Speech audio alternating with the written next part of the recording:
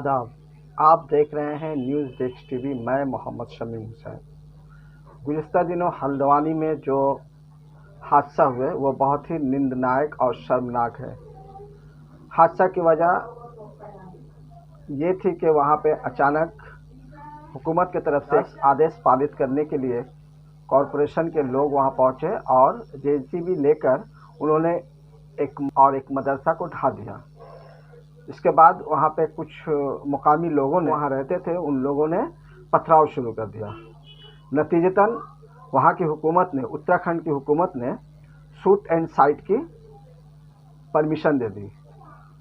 नतीजा हालात बद से बदतर हो गए और बेकाबू हो गए। लोगों ने अपनी जान बचाने के लिए पथराव किया।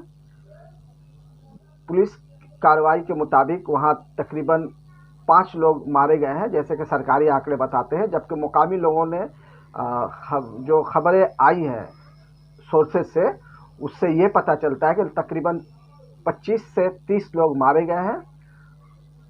पुलिस ने 5000 लोगों के नाम दर्ज किए हैं, 50 लोगों को गिरफ्तार किया है। वहाँ की हालत बहुत ही भयावह है। लोग डरे हुए हैं, खौफजदा है। लोग घरों को छोड़कर वहाँ से निकल रहे हैं। हल्द्वानी के बारे में कहा जाता है कि ये बहुत ही पीसफुल जगह था। यहाँ पे हिंदू मुस्लिम सभी रहते थे, लेकिन जब ये हंगामा शुरू हुआ तो अचानक ये हंगामा कैसे हुआ इसका कुछ पता नहीं चला। लेकिन बगैर नोटिस के जब मदरसा ढा दिया गया तो लोगों में एक आक्रोश जागा और इस आक्रोश ने एक ख़तरनाक मोड़ ले लिया और फिर पथराव शुरू हो गई। लोगों का कहना है कि हमें चीज़ों को निकालने के भी वक्त नहीं दिया गया और अचानक से जेसीबी शाम को 4 बजे आके अपना कार्रवाई शुरू कर दी। इससे पहले एक मामला आपको याद होगा कि मेहरौली में भी इसी तरह से एक मस्जिद को ढा दिया गया था, सुबह को 4:30-5 बजे के करीब। सवाल है कि अगर आदेश आते हैं तो लोगों को पहले से इत्तला दी जाती है, उसके बाद कार्रवाई की जाती है। ऐसी भी क्या जल्दी थी कि मेहरौली में और मलिक बाग में ये मामला इतनी जल्दी से क्यों पेश आ गया? आखिर हुकूमत इतनी जल्दबाजी में क्यों थी? अगरचा एसडीएम का ये ऑर्डर आया है कि पूरी कार्रवाई की जांच हो, लेकिन इस कार्रवाई में जो गोली चली, इस गोली चलाने के पीछे क्या मकसद था? इतना बड़ा हादसा ये नहीं होता अगर पुलिस और वहाँ के इंतजामिया जो है कानून के मुताबिक काम करते थे। इन लोगों ने कानून का उल्लंघन किया और अचानक आकर, जैसे कि लोगों ने बताया कि कानून का पूरे के पूरे उल्लंघन किया गया है।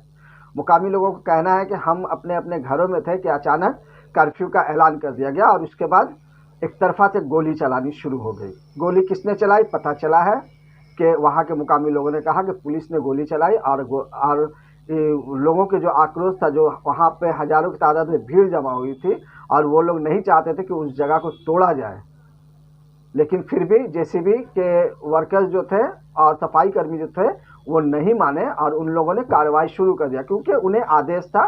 अब ये आदेश कोर्ट ने दिया था या एसडीएम ने दिया था या इंतजामिया ने दिया था, एडमिनिस्ट्रेशन ने दिया था, ये पता नहीं चल पाया है।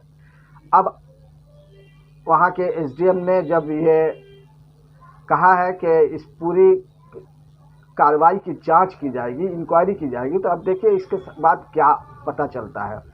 अब तक जो लोग घायल हुए हैं इसमें पुलिसकर्मी भी बहुत सारे हैं और वहाँ के मुकामी कॉरपोरेशन के जो अहलकार हैं वो भी हैं, वहाँ के मुकामी लोग भी हैं, उसमें बच्चे भी शामिल हैं, बूढ़े भी शामिल हैं, औरतें भी शामिल हैं। बाद में ये भी खबर आई कुछ सोर्सेज से कि वहाँ पुलिस ने औरतों को भी बेदर्दी से पीटा। बाद में जब मामला ख़त्म हो गया तो गिरफ्तारियाँ अंधाधुंध की जा रही है। अब ये सब जो कुछ भी हो रहा है, ये रिपोर्ट आने के बाद ही पता चलेगा कि इसमें इस कार्रवाई का जिम्मेदार, असल जिम्मेदार कौन है और किन लोगों की वजह से इतना बड़ा दंगा भड़का, जबकि ये दंगा, इस दंगे को रोका जा सकता था। ये दंगा नहीं था, ये पूरा प्री प्लानिंग एक तरफा कार्रवाई थी। अगर वहाँ के लोगों की बात को सुने तो उनका यही कहना है। आइए हम एक रिपोर्ट के जरिए आपको बताने की कोशिश करते हैं कि हल्द्वानी में क्या कुछ हुआ और कैसे वहाँ के लोग जो है अपने घर से बेघर, एक पल में वो अपने घर से बेघर हो गए, जबकि आराम से लोग घरों में थे। कोई दूध लाने गया था, कोई स्कूल पढ़ने के लिए गया था, कोई काम से वापस लौट रहा था। ऐसे हालात में अचानक पुलिस की कार्रवाई शुरू होती है और पुलिस अंधाधुंध फायरिंग करना शुरू कर देती है। इस फायरिंग का मतलब क्या वजह था ये नहीं समझ में आया, लेकिन फायरिंग जिस भी वजह से हुआ इसको टाला जा सकता था। वहाँ के मुकामी लोगों को से मिलकर उनकी बातें सुनकर ये सब कार्रवाई को रोका जा सकता था और इस कार्रवाई के लिए उन्हें कहा जा सकता था कि भाई ये आदत है और हमें इसको तोड़ना है क्योंकि ये गैरकानूनी है। अगर गैरकानूनी है तो जरूरी जो हुकूमत के कार्रवाई है वो करनी है, लेकिन अचानक से आप किसी के घर तोड़ देंगे और लोग मुंह देखते रह जाएंगे, ये शायद हिंदुस्तान के किसी भी कोने में नहीं हुआ, चाहे घर जिसके भी हो, जिस फिरके के भी हो। बात यहाँ हिंदू मुस्लिम की नहीं होती है, हो रही है, लेकिन कहीं ना कहीं किसी न किसी तरह से बूढ़ी मीडिया जो है वो एंगल दे रहा है कि वहाँ के मुसलमानों ने पुलिस पर पथराव किए। सवाल है कि पुलिस पर क्यों पथराव किए गए, पुलिस ने ऐसा क्या किया कि वहाँ के लोग भड़क गए। पुलिस एक तरफा कार्रवाई की, इसके बारे में कोई मीडिया कर्मी इस बारे में नहीं बोल रहा है, न ही गोदी मीडिया इस बारे में आवाज़ बुलंद कर रही है कि सरकार को संज्ञान लेना चाहिए। ये बहुत ही घटिया बात है कि एक जमहूरी मुल्क में इस तरह से बदअमनी फैलाई जा रही है।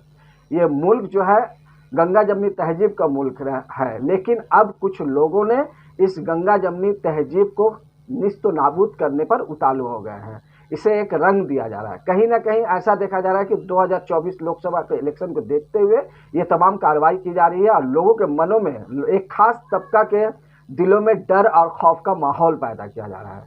आइए हम बाकी की रिपोर्ट एक वीडियो के जरिए आपको दिखाने की कोशिश करते हैं। मैं फिर भी इस वीडियो को लगा रहा हूँ, अगर यूट्यूब को कोई एतराज़ हो तो वो इस वीडियो को हटा भी सकता है। शुक्रिया।